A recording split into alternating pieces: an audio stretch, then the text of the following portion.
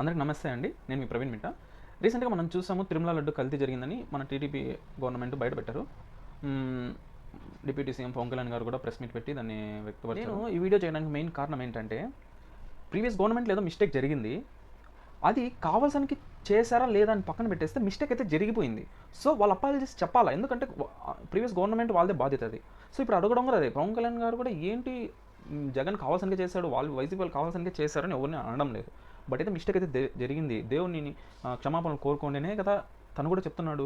So, శ్రీవారితో పెట్టుకోవడం అంత danger నాకు తెలిసి ఇంకోటి లేదనుకుంటాను. ఎందుకంటే చాలా ఉన్నాయి. మనం ఇప్పుడు అవన్నీ కాంట్రవర్సీ లేకపోతే చెప్తే అవన్నీ వదిలేయండి. ఎందుకంటే ప్రూఫ్స్ అన్నీ ఉన్నాయి. మీరు ఒక నిజాన్ని అబద్ధం చేయాలని చెప్పేసి ఇంకా అబద్ధం, ఇంకో అబద్ధం అలా సృష్టిస్తూనే ఉన్నారు. సో, అది మీకే డేంజర్ జరుగుతుంది.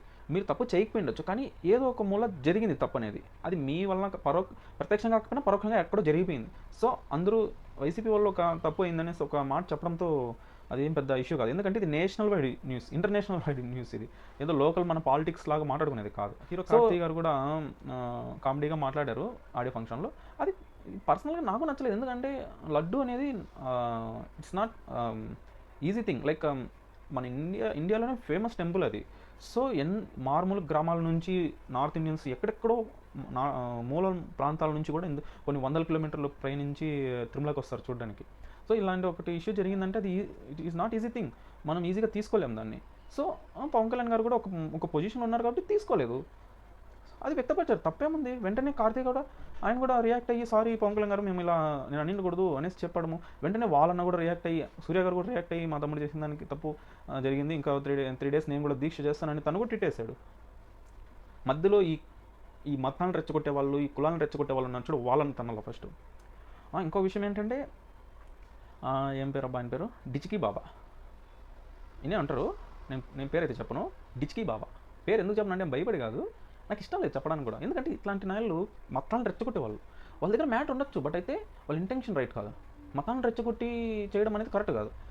మతాలను రెచ్చగొట్టడం ఆయన డిచ్కీ బాబా అనే వ్యక్తి ఏ వీడియో అన్నా రాని ఒక మతాన్ని విమర్శించేలాగానే ఉంటుంది, కానీ హిందూ మతాన్ని ఆయన ప్రచారం చేయడం లేదు నాకు తెలిసినంత వరకు.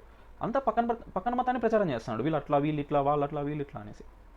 దానికి ఇంకా చూస్తే కామెంట్లు ఆయనకి సపోర్టెడ్గా ఎన్నో గొడవలు లేపేలాగా ఉండే కామెంట్స్. మన ఇండియా అనేది సెక్యులర్ కంట్రీ అండి, అది మనం అర్థం చేసుకోవాలా. సో, వీలైతే ఒక మతం మార్పిడి జరుగుతుంది అంటేనే అది ఇంకా సెన్సిటివ్ టాపిక్, అది మళ్ళీ ఇంకోసారి మాట్లాడుకున్నాము.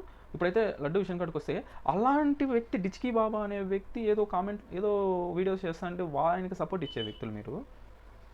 పవన్ కళ్యాణ్ గారు ఒక డిప్యూటీ సీఎం, తను ఇలా లడ్డు కల్తీ జరిగిందని ముందరకు వచ్చి తనగా మనం వీలైతే తన వెనకాల నిలబడాలి, లేదంటే మూసుకొని కూర్చోవాలా. అంతేగాని నెగిటివ్ కామెంట్స్ చేయడము, ఇంకా వైసీపీ వాళ్ళు చేసిన పొరపాటును వాళ్ళు ముందరకు వచ్చి అపాలజీస్ చెప్పకుండా ఇంకా దాన్ని పెంచుతూ ఉండడము, వాళ్ళకి సపోర్టెడ్గా వైసీపీ ఫ్యాన్స్ కానీ ఎవరైతే కార్యకర్తలు ఉంటారో వాళ్ళు సపోర్ట్ ఇవ్వడం. ఇక్కడ పవన్ కళ్యాణ్ గారి ఇంటెన్షన్ కూడా మత కలహాలు సృష్టించాలని కాదు, తను సెక్యులర్గానే మాట్లాడుతున్నాడు. ఎవరన్నా అదే ఒక అల్లా మీద కామెంట్ చేసి ఉంటేనో, లేదంటే మసీద్ మీద అలా కామెంట్ చేసి ఉంటేనో ఊరుకుంటామా అంటే ఏమని అర్థము?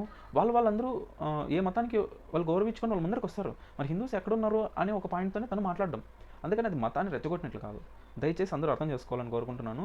వీలైతే స్టాండ్ అవ్వండి, ఫైట్ చేయండి, లేదా అన్నీ మూసుకొని ఇంట్లో కూర్చోండి. ఇట్లా లఫూట్ పనులు అయితే నెగిటివ్ కామెంట్లు అయితే చేయొద్దండి. దయచేసి మీకే చెప్తున్నాను. ఇట్లా నెగిటివ్ కామెంట్లు పెట్టే వాళ్ళకి చెప్తున్నాను, మీరు నిజంగానే కడుపుకి అన్నం తింటే కన్నా ఇంకోసారి ఇలాంటి నెగిటివ్ కామెంట్స్ తీసుకురద్దండి. దయచేసి చెప్తున్నాను, ఇది మంచిది కాదు. దేవునితో చెలగాటము. మనము వీలైతే మార్చుకుందాం. ఎవరైతే బ్యాడ్ కామెంట్స్ చేస్తున్నారో వాళ్ళైతే వీలైతే ఆపుకోండి. మీ వల్ల అయితే ఇంకా దానికి న్యాయం జరిగేలాగా మీరు చూడండి. వైసీపీ వాళ్ళు తప్పును అంగీకరించి, తప్పు మీ వైపు నుంచి మీరు ఇంటెన్షనల్గా చేయకపోయినా ఎక్కడో ఒక తాను మిస్టేక్ జరిపింది కాబట్టి మీరు అపాలజీస్ చెప్పాలని కోరుకుంటున్నాం. దయచేసి దాన్ని ప్రాయశ్చిత్తం చేసుకొని మీరు దేవుని శాపాలకు గురి కాకుండా మీరు నిర్ణయం తీసుకోవాల్సిందే కోరుతున్నాం.